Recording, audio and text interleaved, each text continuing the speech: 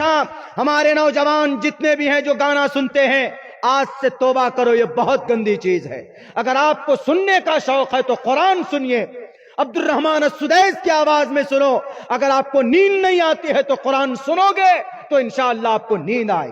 بہتر تو یہ ہے کہ آپ قرآن پڑھیے، اس لیے کہ قرآن پڑھنے پر، ایک حرف کے پڑھنے پر 10 نے کیا ہے، دنیا کی کسی کتاب کے پڑھنے پر نیکی نہیں۔ اور پھر گانا اتنا آسان یہ نہیں ہے۔ مسلمان نوجوان سوچتے ہیں کہ ارے گانا ہے کوئی بڑی چیز، کوئی گناہ کی چیز تھوڑی۔ گانا حرام حرام حرام حرام ہے۔ گانا حرام، گانا سننا حرام، گانا دیکھنا حرام، گانا لکھنا حرام، گانا کمپوز کرنا حرام۔ خدا نے قرآن میں کہا 21ویں پارے میں، سورہ لقمان اٹھا کر دیکھو، وَمِنَ النَّاسِ مَن يَشْتَرِي لَهْوَ الْحَدِيثِ لِيُضِلَّ عَن سَبِيلِ اللَّهِ۔ لَهْوَ الْحَدِيث سے مراد گانا ہے۔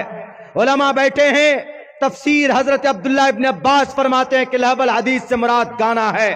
اس کا مطلب یہ ہے کہ جو لوگ گانا کو خریدتے ہیں، جو لوگ کامیڈی دیکھتے اور بناتے ہیں، یہ ساری چیزیں لَهْوَ الْحَدِيث کے اندر آتا ہے۔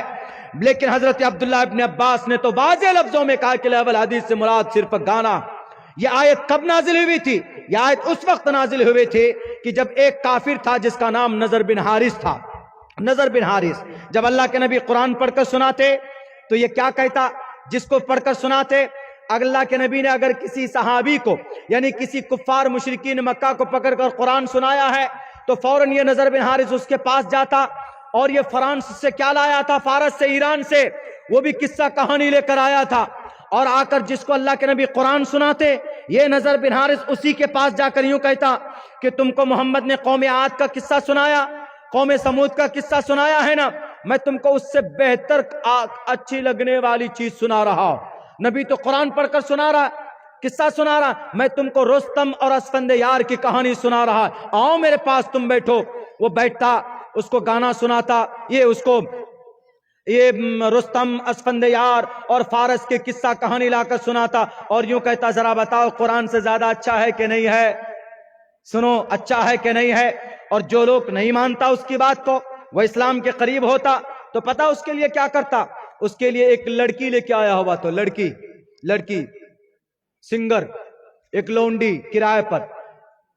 جب اسلام کے جو زیادہ قریب ہوتا تو اس کو اٹھاتا اور اپنے گھر پر لے کر آتا، اس کی دعوت کرتا، بریانی کھلاتا، چکن مٹن سب کھلاتا، اس کے بعد کہتا کہ آپ لو شراب بھی پیو، شراب بھی پلاتا۔ اس کے بعد میں اس لڑکی کو سامنے لا کر کھڑا کرتا کہ ذرا سنو، تم کو اب دیکھو کتنی اچھی چیز سناتا ہوں۔ وہ لڑکی سناتی، اس کو گانے سناتی، گیت سناتی، قصہ کہانیاں سناتی۔ تب وہ کیا کہتا؟ ذرا بتاؤ تمہارے نبی جو قرآن سناتے ہیں، اس قرآن کے سننے میں زیادہ دل لگی ہے کہ یہ اس گیت میں زیادہ دل لگی ہے؟